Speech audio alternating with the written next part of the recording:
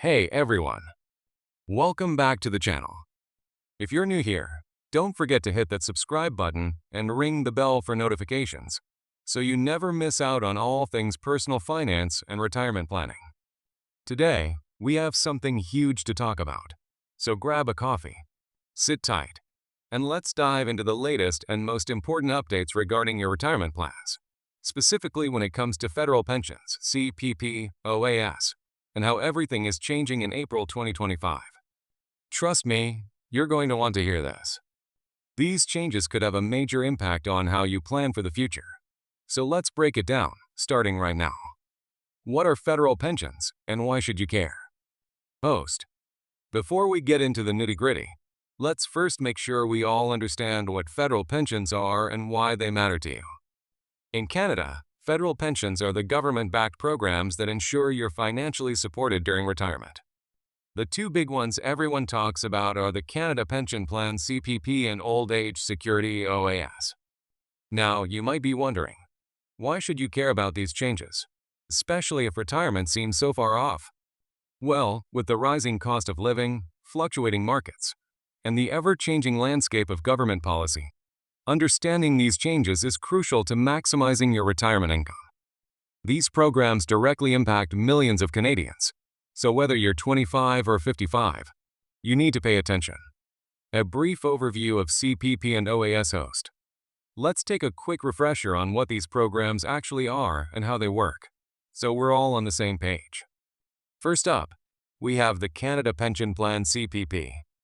This is a mandatory pension plan for anyone who's worked in Canada and contributed to the system. You've been paying into it all your working life, and now it's time to reap the benefits. CPP is designed to replace a portion of your income once you retire, and the amount you get is based on how much and how long you've contributed. Next, we have Old Age Security OAS. OAS is a bit different. It's a universal pension that's paid to all Canadians over the age of 65 who meet the residency requirements.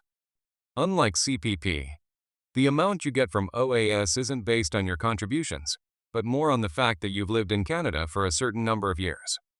Now, the big news here is that OAS benefits have been getting a major makeover, and we'll get into that in just a second. Big changes coming in April 2025 host. Alright. Now let's get into the real meat of today's discussion. The big changes happening in April 2025. You might have heard about them already, but if you haven't, don't worry, we've got you covered with all the details.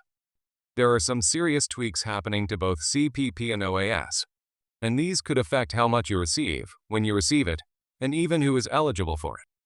Canada Pension Plan CPP changes in 2025 host. First up, let's talk about CPP. The Canadian government has made a series of changes to the Canada Pension Plan that will start rolling out in April 2025. So, what's changing? Well, the biggest update has to do with how much you'll be able to receive once you retire. Right now, the maximum amount you can receive from CPP in 2025 is based on a formula that factors in your contributions and when you start taking your benefits. But starting in 2025, there's a major tweak to the amount that can be collected. The government is working towards increasing the maximum monthly amount to better reflect the rising costs of living. To break it down, if you are a higher earning contributor, you'll see an increase in the amount you can get from the plan. This means that if you've been working and paying into the system for years, you could see a bigger paycheck when it comes time to retire.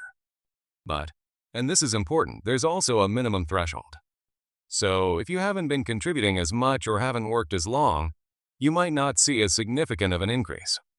But you will still benefit from the overall improvement in the system. And here's another thing you need to know. The age at which you can begin receiving CPP is also changing. While currently, the earliest you can begin your benefits is at age 60, after 2025, you'll be encouraged to delay starting your pension until you're 65 or even older. This will allow you to increase the monthly payout. And let's be honest, who wouldn't want more money every month, right? So, to summarize, CPP benefits are going up, but the government is also giving you more options to adjust when you start taking the pension. The key takeaway here is that delaying your CPP could mean a much bigger monthly benefit. So if you can afford to wait, it might pay off in the long run. Changes to OAS Old Age Security Payments Host. Now let's shift gears and talk about Old Age Security OAS, a program that affects every Canadian over the age of 65, no matter how much they've earned or contributed throughout their lifetime. The OAS program has been under a lot of scrutiny in recent years, especially with the growing concerns around inflation and the changing needs of retirees. The good news is that in April 2025, the Canadian government is stepping up their game. OAS payments are being increased to help offset the impact of inflation and the rising cost of living. While the exact numbers are still being worked out, you can expect to see a more generous payout across the board. This is crucial for those of you who rely on OAS as a primary source of income in retirement. For seniors who live on a fixed income, this increase will provide much-needed relief. Additionally, a major focus of the 2025 changes is improving eligibility criteria.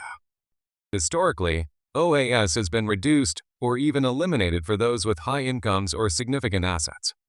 Starting in 2025, the government is introducing a new threshold to ensure that the wealthiest Canadians don't unfairly take away from the program. The idea is to make sure that OAS remains targeted toward those who need it most. However, don't worry too much about losing your benefits. This is more aimed at the upper income brackets. If you've been working hard and saving, you're not likely to lose out. But if you have a substantial pension already, you might see some adjustments. Now, another key update with OAS is the age at which you can begin receiving it. Previously, the government set a rigid age of 65. But after April 2025, the government is introducing some flexibility. You can still start at 65, but now you can choose to defer your OAS payments in exchange for larger monthly payouts. If you decide to wait until you're 70, your monthly payments could be significantly higher than they would be if you started earlier.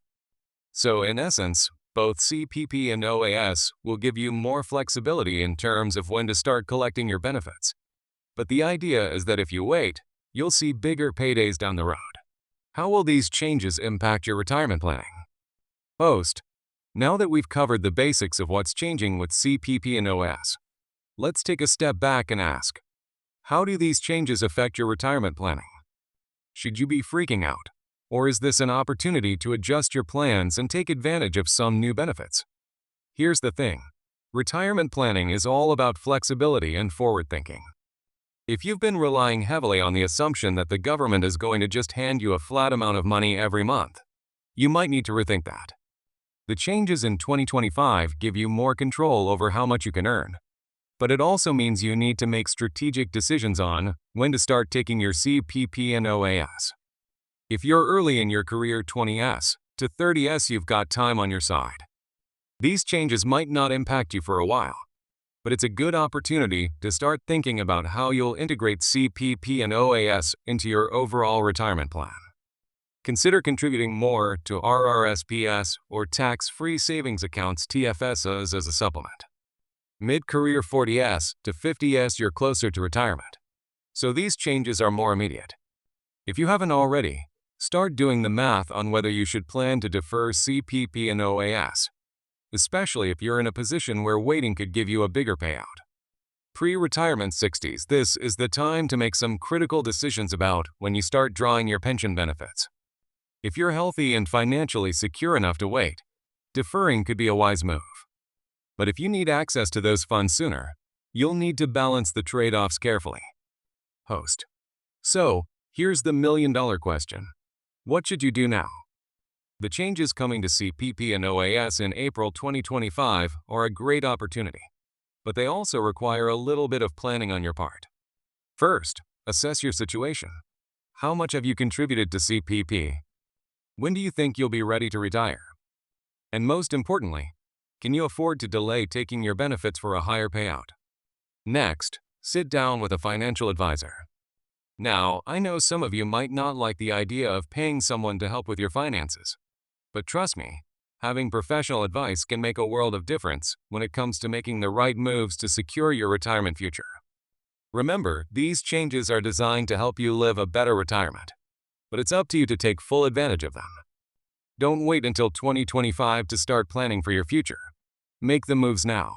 and you'll be in a much better position to retire with peace of mind. Host: All right, folks, that's a wrap for today's video. I hope you now have a clearer understanding of what's changing with federal pensions in Canada and how it could impact your retirement plans starting in April 2025. As always, make sure to hit that like button if you found this video helpful. And don't forget to subscribe for more updates on everything you need to know about personal finance, retirement, and beyond. I'll see you in the next one. Take care and happy planning.